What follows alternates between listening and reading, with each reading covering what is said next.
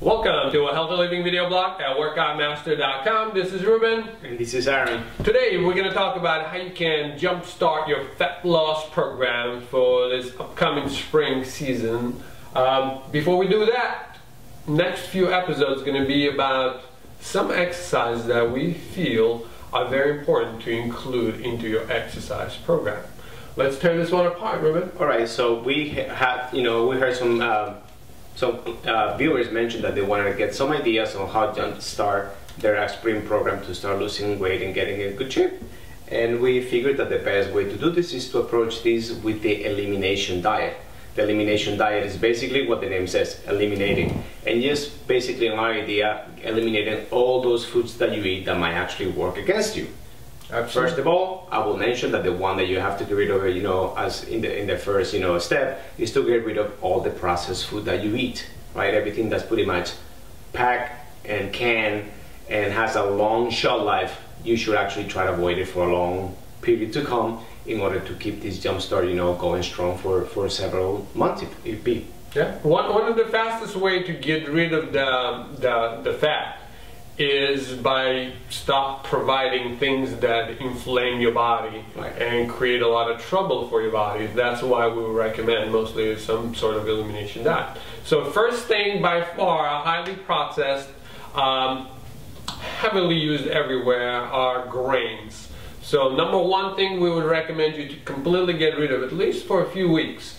Then you decide what you want to do on your own, but ultimately get rid of all the grain products, and yes, that will include your bread, your pasta, your croissant. I would even go and say don't even have rice. As crazy as it sounds. It's fine. But definitely no grains. Grain create a lot of problems. It's highly processed. In majority of cases, it does create a lot of trouble for our body. So if you would eliminate anything out of your diet, get rid of all your grains. Yes, and that includes, like he said, all the wheat, the rye, the spelt, buckwheat, semolina, soy, corn, rice, all that sort of thing. You want to get rid of them. Also, as well, I'll mark it as number 2, but it's also a byproduct of one of the grains is the high fructose corn syrup. It's very damaging to the body. We did an episode several weeks ago on the subject. But make sure that whatever food you buy, if it has to be processed in any way, and you're trying to avoid it as much as you can, does not contain any high fructose corn syrup. Very important. Well, if you're not buying a processed food, then you're not going to have a problem. Right. So, but if you buy some sort of packaged food, chances are a very high chance there's a corn in that. By the way, just go altogether and eliminate all corn if you can. That will be surprising when you'll find how much corn in the products that you never thought there should be any corn. Number 3, and extremely common, is pasteurized milk. I highly recommend you to eliminate pasteurized milk out of product, specifically the milk itself. Even if it's organic, I don't really care. As long as it's pasteurized, chances are it's been denatured. In many cases, it's also homogenized. So get rid of that. I would say keep cheese and butter in your diet for sure, but everything else has to do with pasteurized dairy, get rid of it. If you find you're getting still negative effects even when you eat cheese, make sure you don't eat cheese then too. Yeah, it will be the common sense of tummy ache and the inflammation, the phlegm, all that stuff. You must get rid of that dairy as well. Absolutely. For a while to come, right?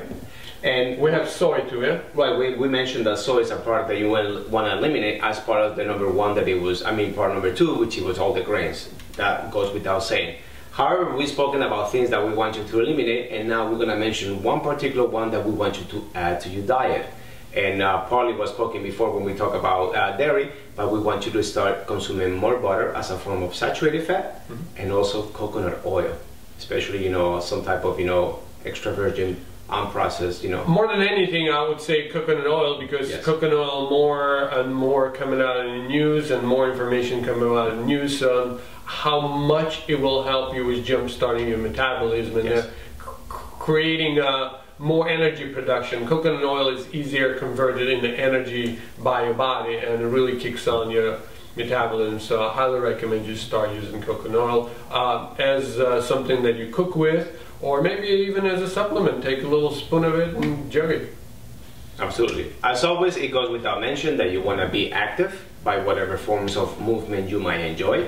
And at the same time, you know, don't stress yourself out too much. Absolutely. Yeah, exercise is always good. Just make sure it's not stressful. And guess what? If you're going to do all those points and you're going to exercise just enough, you're going to have the best jump start you can ever wish for.